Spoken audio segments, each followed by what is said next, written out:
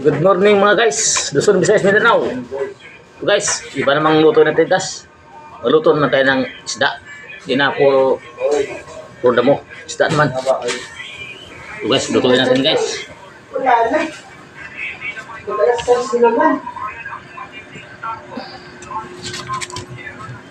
Madilim guys. Wala akong masyadong ilaw dito. Yan guys. So simple guys. Yung isda na yan, haluan natin ng damo guys. Maraming tanong sa akin na anong klase ng damo. Ito ang bunga niya oh.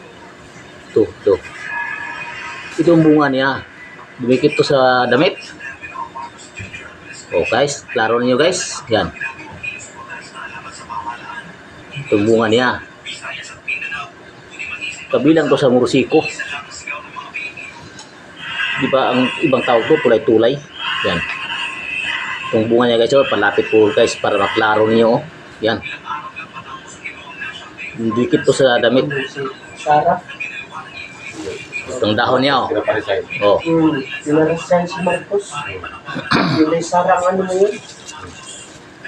Itong dahon niya. Oh, itong dahon niya. Oh.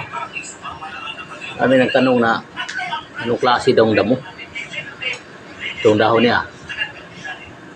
Ang ugat niya ito guys, masubisay pa, ang gamot niya himugat. Lagain mo yung gamot niya, himugat to. Kaya yung dahon niya himugat din, pangpalakas. Ito guys, gibayan ko guys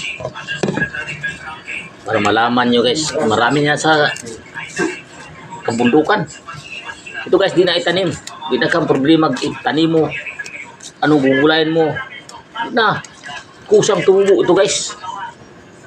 Ito ang nakagandahan nito. Bili ka ng pitsay mga gulay, bilhin mo pa. Gasto ka pa ng pera. Ito wala ka ng gasto. Kusa lang kang magbitas sa mga paligid. So, tabi-tabi. Mayroon naman nagtanong sa akin kung anong klaseng gulay. Sabi ko, dampot-dampot. Kasi dampot-dampotin mo lang to sa tabi-tabi dito guys. Ito ang cash advance. Yung advantage niya guys.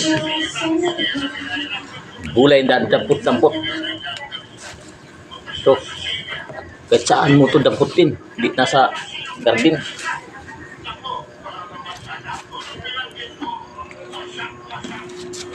Ito guys. Dampot-dampot guys, gulay guys. Madilim, wala akong ilaw dito.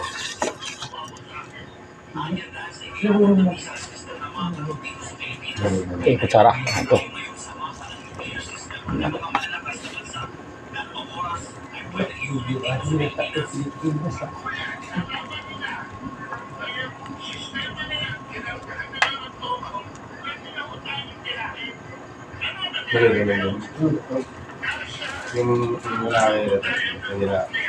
Tikman guys.